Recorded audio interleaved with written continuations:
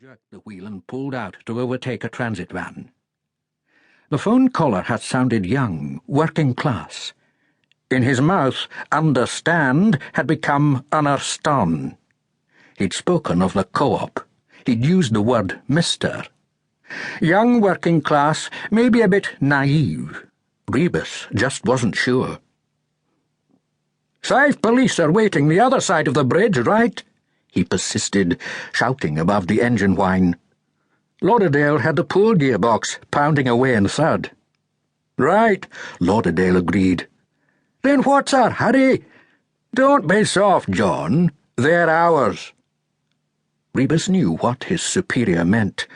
If the front car made it over the Forth Road Bridge, then it was in Fife, and Fife Constabulary were waiting, a roadblock erected. It would be a Fife collar. Lauderdale was on the radio, talking to the car ahead.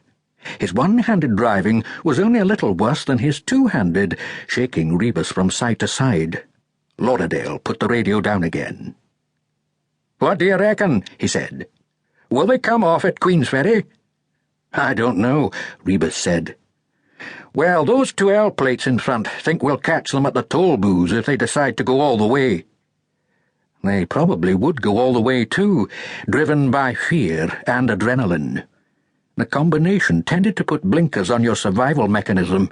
You ran straight ahead without thought or deviation. All you knew was flight. "You could at least put on your seatbelt," Rebus said. "I could," said Lauderdale, but he didn't. Boy racers didn't wear seatbelts. The final slip road was coming up. The front car sped past it. There was nowhere to go now but the bridge. The road lighting, high overhead, grew thick again as they neared the toll booths. Rebus had a crazy notion of the fugitives stopping to pay their toll just like everyone else, winding down the window, fumbling for the coins. "They're slowing." The road was spreading out, suddenly 6 lanes wide. Ahead of them stood the row of toll booths, and beyond that the bridge itself, curving up towards its midpoint as the steel coils held its carriageway in suspension, so that even on a clear, bright day you couldn't see the far end when you drove onto it. "They're definitely slowing." Only yards separated the 4 cars now, and Rebus could see, for the first time in a while, the back of the car they were chasing. It was a Y registration Ford Cortina. The overhead lighting allowed him to make out 2 heads, driver and passenger, both male. "Maybe she's in the boot," he said dubiously. "Maybe," Lauderdale agreed. "If she's not in the car with them, they can't harm her." Lauderdale nodded, not really listening, then reached for the radio again. There was a lot of interference. "If they go onto the bridge," he said, "that's it, dead end. There's no way off for them, unless the Fifers fuck up." "So we stay here?" Rebus suggested. Lauderdale just laughed. "Thought not," said Rebus. But now something was happening. The suspect's car, red taillights. Were they braking? No, reversing and at speed. They hit the front police car with force, sending it shunting into Lauderdale's. "Bastards!" Then the front car was off again, veering crazily.